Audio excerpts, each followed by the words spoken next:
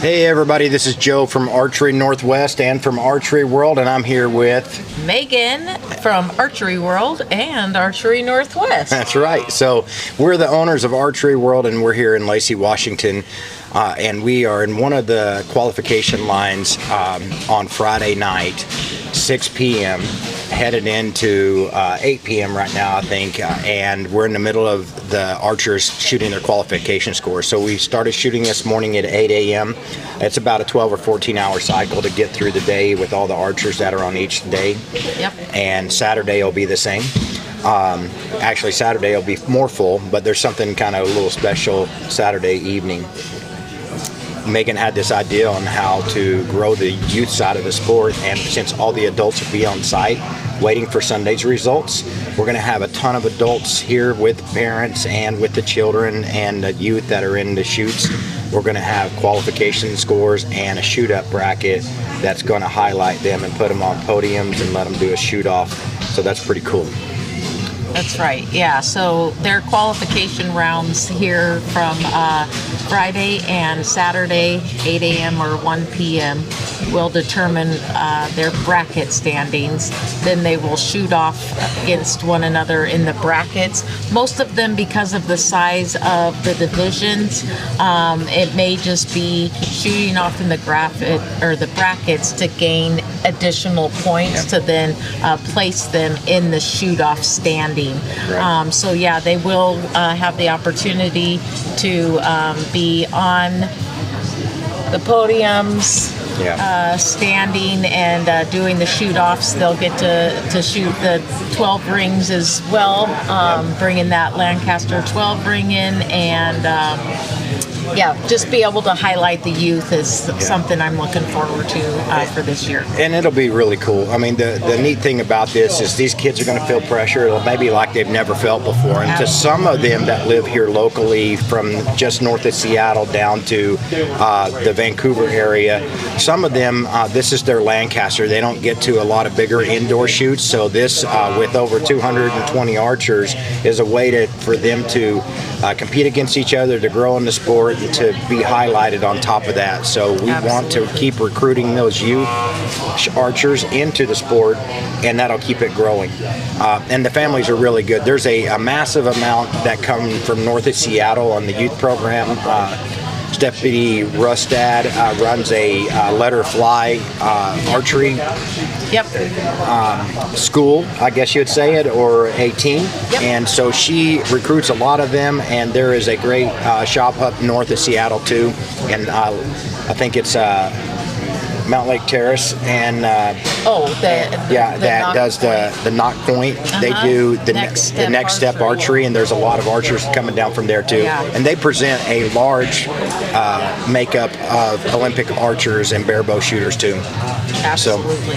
So, the bare bow has really stepped up over the last couple of years, as well as the Olympic recurve. The first year I know we did the Olympic recurve, or we had this tournament, we had one Olympic recurve. Right. Shout out to Bala.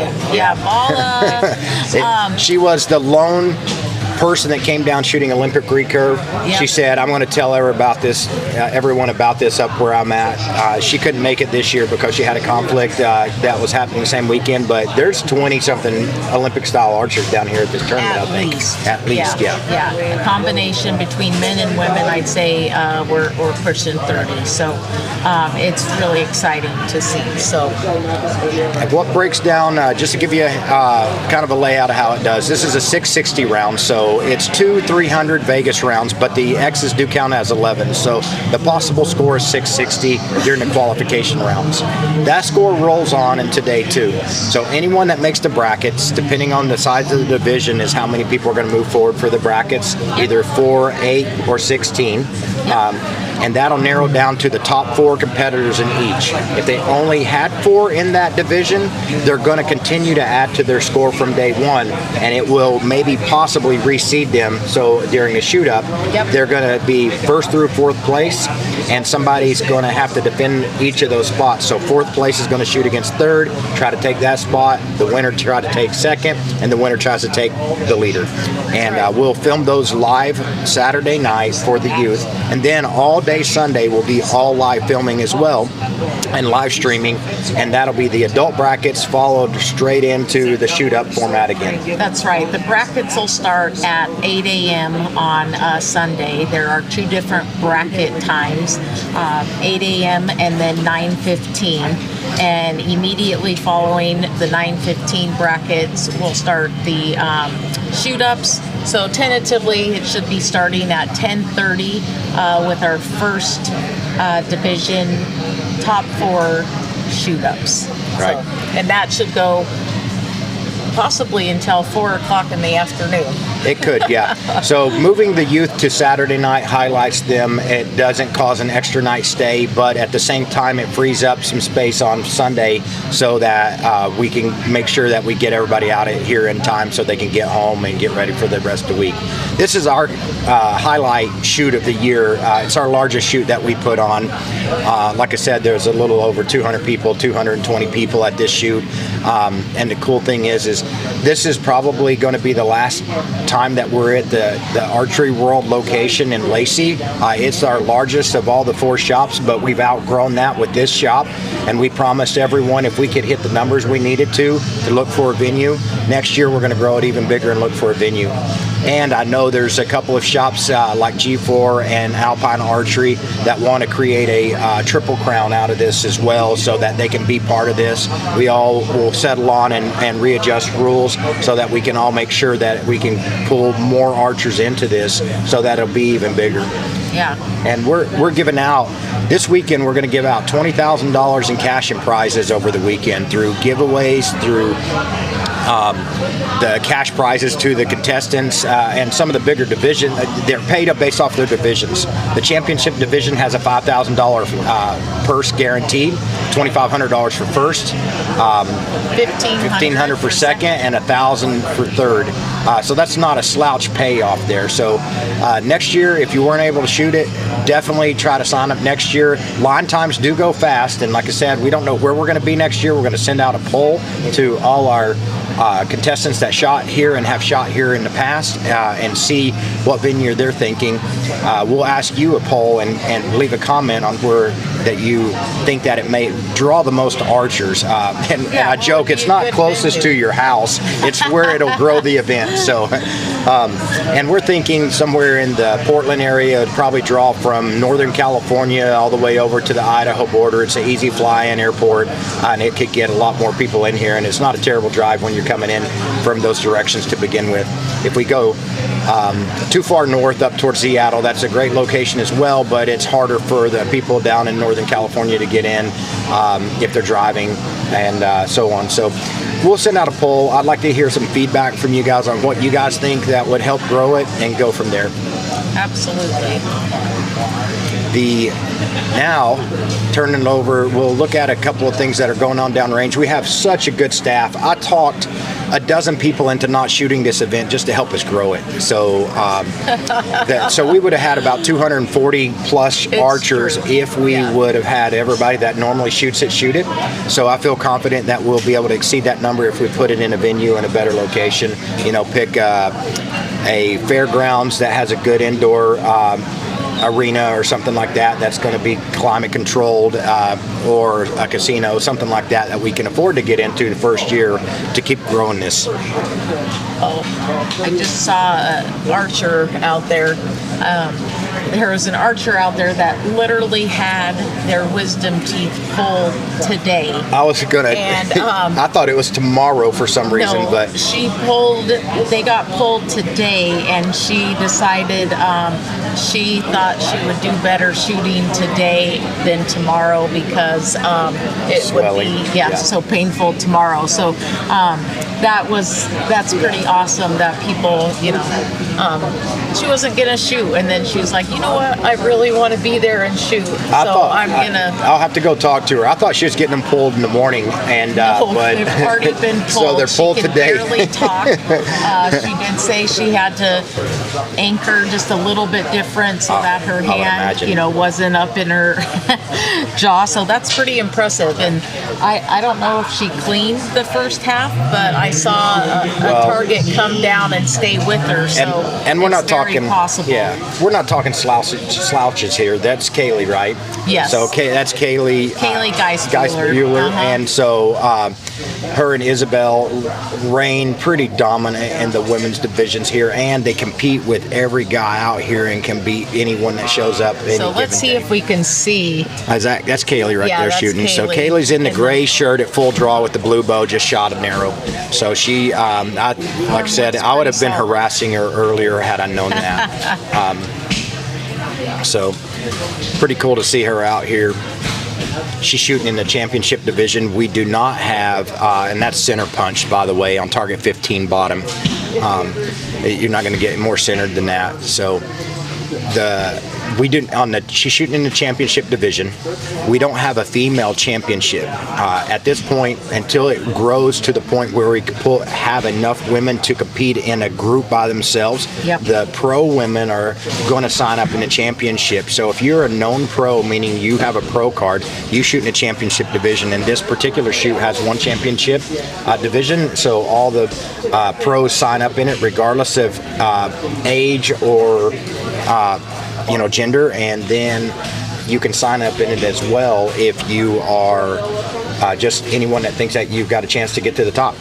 That's true. And, something I think that's unique maybe that we do at this tournament is because there is not a women's pro division, if there was a woman here that did end up podiuming, she would get an additional 10% on the payout amount. So that's kind of the incentive for women, because we don't have a large enough, they don't have a women's championship class. So we thought that might be a fair way, or at least provide a little bit more incentive for women to compete at that higher level. Absolutely. And they stand as good a chance as anybody. So for them to make 10% more on $2,500 and make an extra $250, that wouldn't hurt their feelings at all. I don't think so. So if a division doesn't exist and we have to put you in a more competitive division per se, then you're going to get a bonus for doing that. If you choose to sign up in it, that's not the case. But if you're forced to sign up in it because there's no other division, you're going to make extra money if you podium. For sure. So again, we're in the middle of the 6 o'clock line on Friday night. We spent the first two line times at 8 o'clock and then 1 o'clock. We were trying to take some videos for Instagram posts to kind of drive people to the YouTube channel for this for Sunday's final and for Saturday night's finals. So we were trying to get some shorts up there to kind of promote it and make sure everybody knows what's happening. So if you're wondering why we're not live right now, we're just we're gathering a lot of content from interviews and things like that. We are spending the time talking to the archers so that as we talk Sunday, we might be able to show some of those interviews. Footage. Yeah, oh, nice. That's kind of what our goal was today. And the qual scores will all be seen.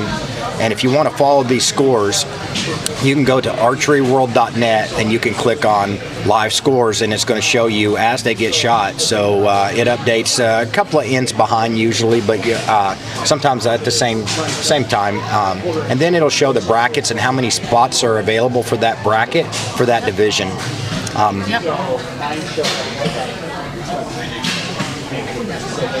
So I thought I saw, he just went off the line there in that Hoyt jersey.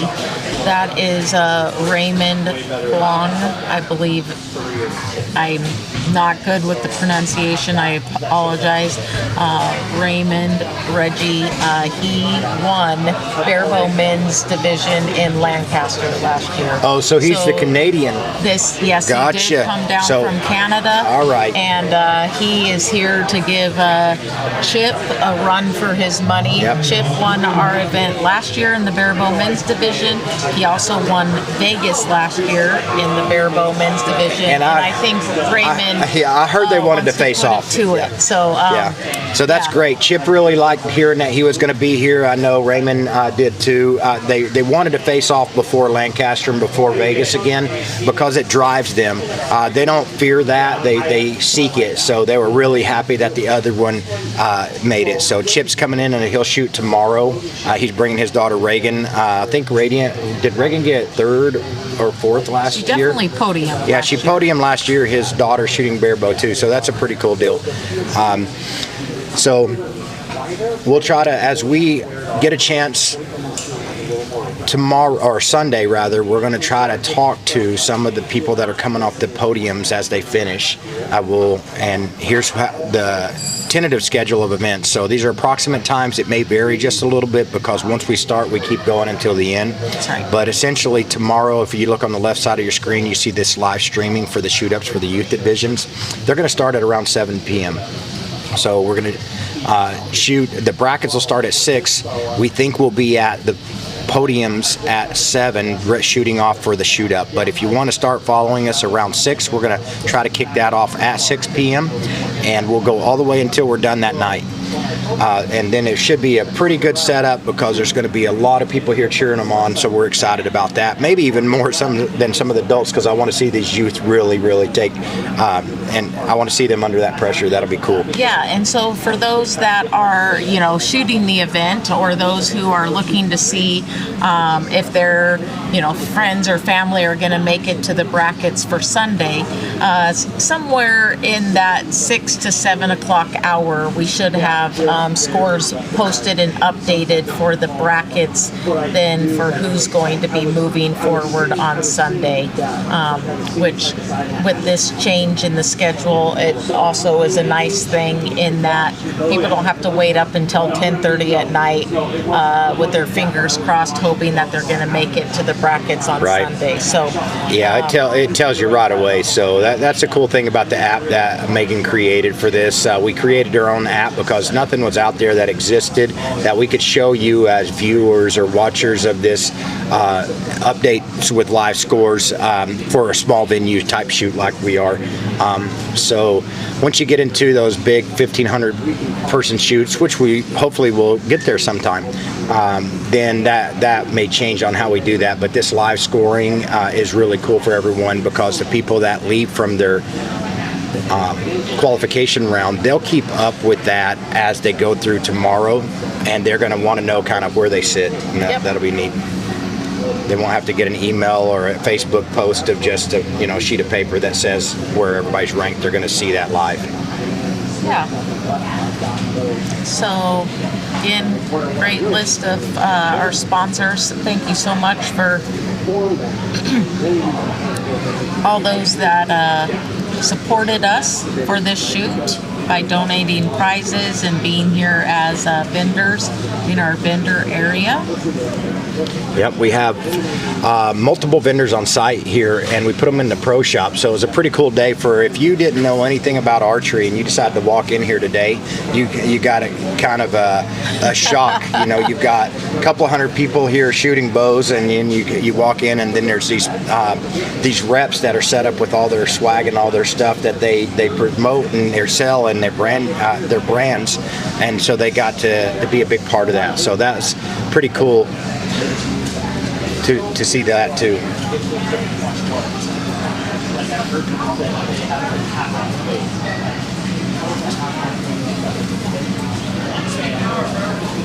So I don't know what end they're on right now.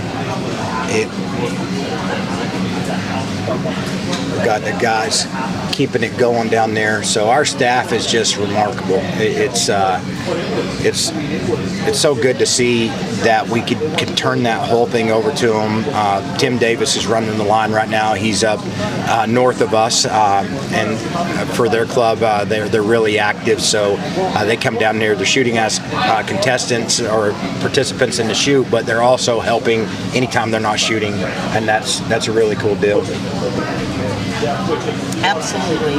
We are lucky, and I am lucky to have some great people that are working behind the scenes, right, doing the registration and so forth with me, and trying to make things run as smoothly as possible on the backsides. Yep, and you get an influx of 50 shooters every line time, so there's a lot of questions and stuff,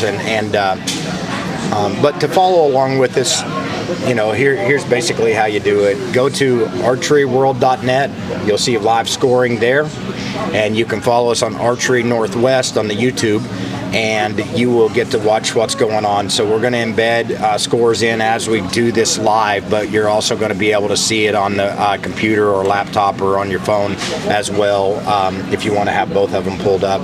That way you can see them update as they're shot. So pretty neat deal that we got going on. We're kind of proud that it's turned out as good, and we've been supported as much as we have about it.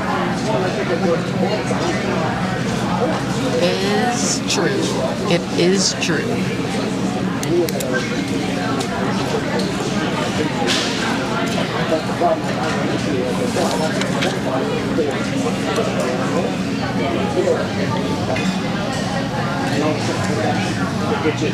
So we're going to give you a little bit more sneak peek. We won't go to the end of this entire end. This is just a sneak peek of what's going on, and we'll do the same thing Saturday on 2 different line times that are happening. There'll be an 8 a.m. one that we're going to just get some video for. We're not going to go live at 8 tomorrow or a 1 o'clock line, but we will get capture a little bit of what's going on at those line times. You got some great shooters that are going to be there going heads up for at least a qual round before the brackets. So we're trying to give you about 10 minutes to kind of check this out, to ponder, hey, this is something I could do. I need to get into it as well, and go from there. So they're downrange making a couple of final calls on stuff. This is a pretty full line time, so there's about, I want to say there's probably 43 archers on this line time. So after they make a couple of calls down there, it looks like a couple of administrative things, so we'll go from there. So they still classically keep paper scorecards, but sure. But we turn them onto a scoring app through their own phone by scanning a QR code, and the neat thing about that is that creates that live effect for everyone else.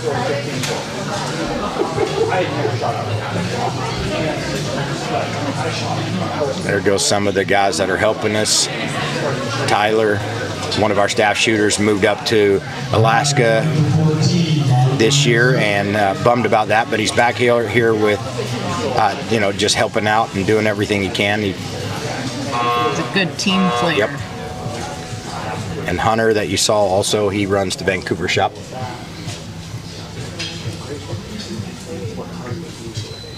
There, right in the middle there, in the purple bow, young man. He's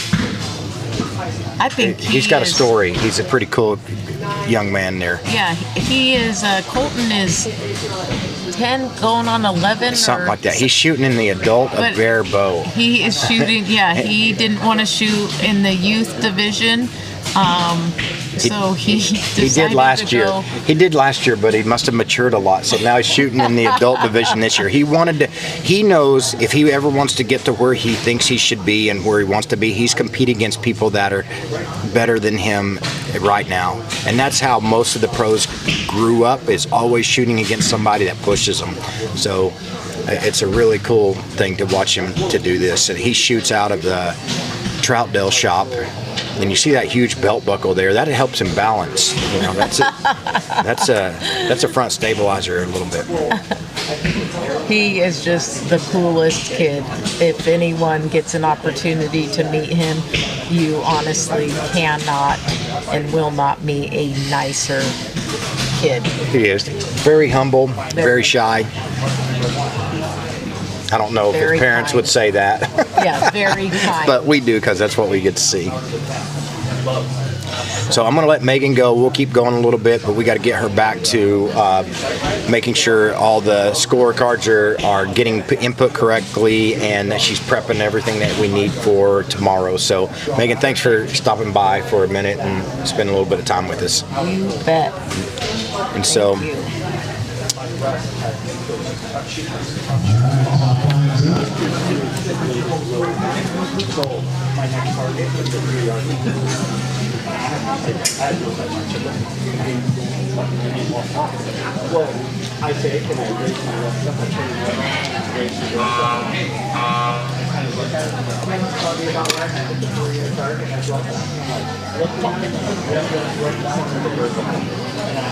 And you notice they're fairly tight there together. There's 24 inches in between each lane, so you have a 24-inch space that you can stand and shoot your bow in. And we try to keep it, the way Megan set it up was really kind of neat. And she wants to keep people shooting with their peers as much as possible. So every night for the last 3 months, she's been sitting up and rearranging and making sure that everyone gets to shoot with their own peer group. So those division shooters get to shoot side by side, so they kind of feel that pressure and get that camaraderie from the start.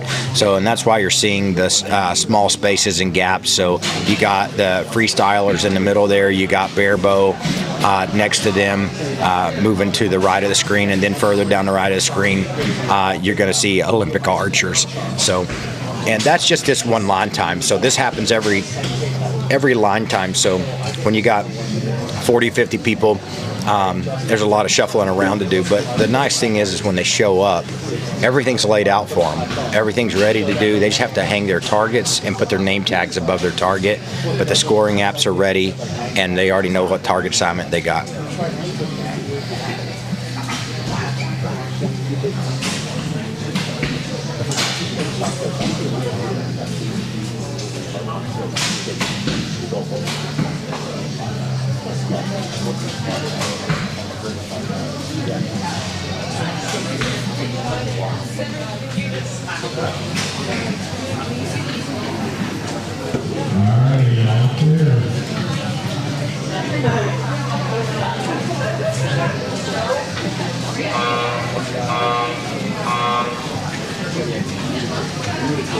I'm going to see if I can pull somebody back here, and we'll talk a little bit and maybe do an impromptu interview at the same time as we're, talking about this, and then we'll probably cut it off for tonight, and then tomorrow we'll get started on the same thing again. So let me see if I can steal somebody real quick.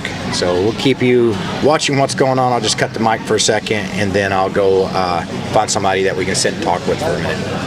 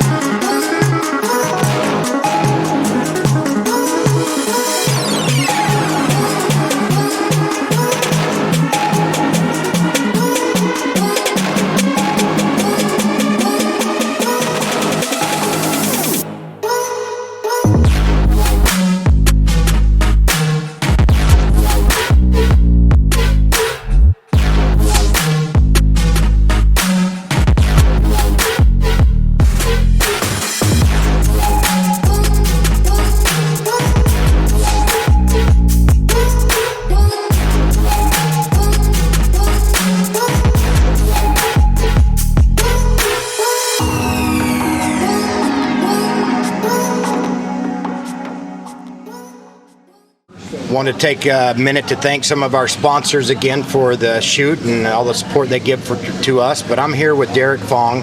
I know Derek now since I moved over to Nampa. I know Derek now from Nampa Bow Chiefs, and he's also got a youth group that he has put together over there too. Let's talk about that, Derek. Okay. So, what's the name of the team? The name of our team is the Inside Out Archers of Idaho, and that's part of an S3DA Scholastic 3D Archery team. Okay. Awesome. And I know Chris is part of that. Derek's here with Chris Fong. Chris is his son, and Chris is 15 now. Chris is 15 right now. He turns 16 in April. All right, and we joke about this all the time. We call him a D1 player, right? So he's shooting 30x 300s right now, and then a bad game for him is 25, 26x's, and he's trying to, get that better. So he's at this prodigy level, at that age. That's just uncommon to see, but it's becoming more common in the last couple of 3 years than you've ever seen it. So this youth group has really pushed themselves. There's been a huge surge in that drive to compete with each other at the peer level, and it's really pushing the sport of archery higher and higher. So some of the names are changing over the course of the last 3 years on who you see on podiums. And of course, you're going to talk Bodie. You've seen what has happened with Bodie over the last 3 years, and Chris is on track to do similar things, and out of the Nampa, Idaho area. So he'll be shooting tomorrow. What time does Chris shoot? Chris shoots tomorrow at 1 o'clock. All right, so we'll keep up with him too, and then we'll hope to see him in the brackets and make his way up through the brackets and hopefully onto the podium to do a shoot down. Absolutely. Or shoot up rather. So that's what his expectation is. He never chooses less, and we'll see how that works out. But this will be a different pressure for Chris too, so this will be good because it'll push him to another level, and he'll be able to identify equipment changes he needs to do. So there'll be a lot of note taking mentally, so that when he feels that bow do something, he's really a good learn. When I get to talk to him about his equipment and what he's doing with it and how he's making changes to it, he understands that it takes pressure to make the best changes. That don't mean he's changing it right in the shoot, but he's taking the notes and he's making the change. He's learning and adapting to it in practice, and he's taking it back to competition. That's absolutely true. So we'll be able to watch him at 1, and again, if the division he's in, he chose to shoot the championship division. I had a little encouragement there because I thought he should do it right. He could shoot in the youth, but he was going to shoot in the adult open, That's the men's correct. open. But I was like, come on, Chris, you can win this if you put it to it. And so I want to see the best shoot against each other. So I pushed a little pressure onto him to see it, and I was like, you can do it, so you might as well. Right. And this will be a good one, because where else can you shoot against these top-tiered other archers that win at Vegas and place and win at Lancaster, and do it for so cost effective and actually feel the pressure what it'd be like to shoot against them, right? Right, and that's why he came up here. Yeah. That's why he came up. So, and next year, I know there's another shoot going on. The Utah Open's going on the same weekend this year. I'll talk to them down at Datus, and we deconflicted for next year, so there's not going to be any split. We hope to get their archers for our shoot and us turn on people to that shoot as well. They're always the second weekend in December, and so we hope to do that. And we usually are classically the first weekend in December. We shifted out of November, and we should have stayed in that November slot. So this December was a little different. The first full weekend was really the second week because of the way the dates landed. So we would have picked the last couple of days in November and the first day in December had we done it again. Us deconflicting is important, I think, because we want to grow the sport, and what you don't want is competitive archers that have to choose one shop versus another, or one club versus another. Yeah. So it's pretty neat. So we're watching some archers right now. We've been watching Kaylee. She just had her wisdom teeth pulled out today. Oh, So is that why she's kind of puffy? She's puffy right there because of that. And so, yeah, she's just taking ibuprofen. I laid in bed for 3 days. So she's again in the blue bow, white limbs, gray shirt, getting ready to draw. She's actually, I think, done shooting, but she's trying to make sure no archers beside of her are going to be interfered with if she steps off the line. and that's a courtesy thing. And then there's a little bit of that's an etiquette that should be happening if a archer's at full draw on either side of another one and they're going to walk off the line. What you don't want to do is be the cause of the accidentally bumping their quiver or shaking them and making them miss a target, because if it goes down range, it's going to get counted, even though it was an accident. That's why we stay at full draw. Yeah, we teach that at an early age now. That try to teach the shooting line etiquette. Yeah. And then on the left here in the white shirt, blue long sleeves there, red hat, that's Sam. He's a great guy. He shoots out of the Lacey shop here. He's a contractor for the military. He beat me out a couple of years ago in the brackets by an X or two, and but we always shoot together. I think that was the last time I got to shoot the Classic, because as it has got larger, we need to do more logistical stuff on the back end to try to make sure that we can give you some of these feeds and some of this opportunity to see it if you're not here. Again, I'll remind you, we're going to go live at 6 p.m. tomorrow night for the youth brackets and then finals. And then we'll go live all day Sunday for the adult brackets and then finals. This is just like a sneak peek of the 6 o'clock line on Friday night. And we'll get you a little bit of footage from the Saturday night, 8 a.m. and 1 p.m. line as well. And Megan was saying, Chip, so the archer wearing the Hoyt jersey just went to full draw with the bare bow. That's the Canadian archer that won Lancaster last year. Oh. And Chip, won Vegas last year. That's so right. They wanted to face off here. So they made sure that they came down and it's put the pressure on it. That doesn't mean there couldn't be an upset and you have a sneaker there. That's because the bare bow men's is the largest division we have right now. So I don't know the actual number. Let me see if I can pull it up while we're watching these archers.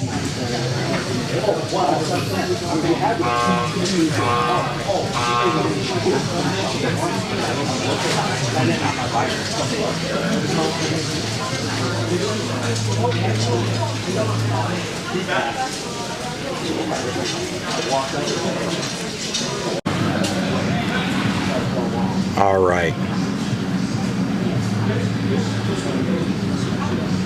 So there, what you're seeing right now is the number of archers in each division, and that correlates with how many people are going to move forward in the brackets as well before the shoot-off. So in the men's bare bow, wow. You have an outstanding field. You got 35 archers there, so that's great. That's a field that keeps growing every year, and now you get Chip showing up. You get all these great archers showing up at one time, and bare bow's growing so much faster. Now, that being said, as some shoots that you go to, they won't have as many divisions as we do for like male. That's typically the second largest division. So they might all have just championship male and then all the rest fit into one category. We've got them split up. So if you add up all the male archers that sometimes are just lumped into one, there are more adult male just split into different senior brackets, men's bow hunter freestyle, senior men's freestyle, all that too. So it's a pretty neat thing here. So everything you got going on right here. And then these are the line times. So Saturday, you can see Saturday's a full day. Both lines are full. So it's going to be a good turnout here. I know Bodie's coming tomorrow. I'm not sure if he shoots at 8 a.m. or 1. There's a lot of Bill Drake's here too. He's a past Vegas champion also. He's going to help me commentate for the youth brackets and finals, which will be cool because now you're going to get to talk to somebody that don't like to be on the mic and knows what it's like to feel the pressure, and he's going to see that on those youth's face, and he's going to be able to tell them, I know how he's feeling right now, and he's going to be able to explain that better than just about anybody at that level. So that'll be really neat to have him sitting here with me behind the mic. So Derek, I think what we'll do is we'll probably wrap this up so that we can get it out there to everybody so they can see. I appreciate your time and wish Chris good luck for us, and then we'll keep an eye on him, okay? Absolutely. Thanks. You bet.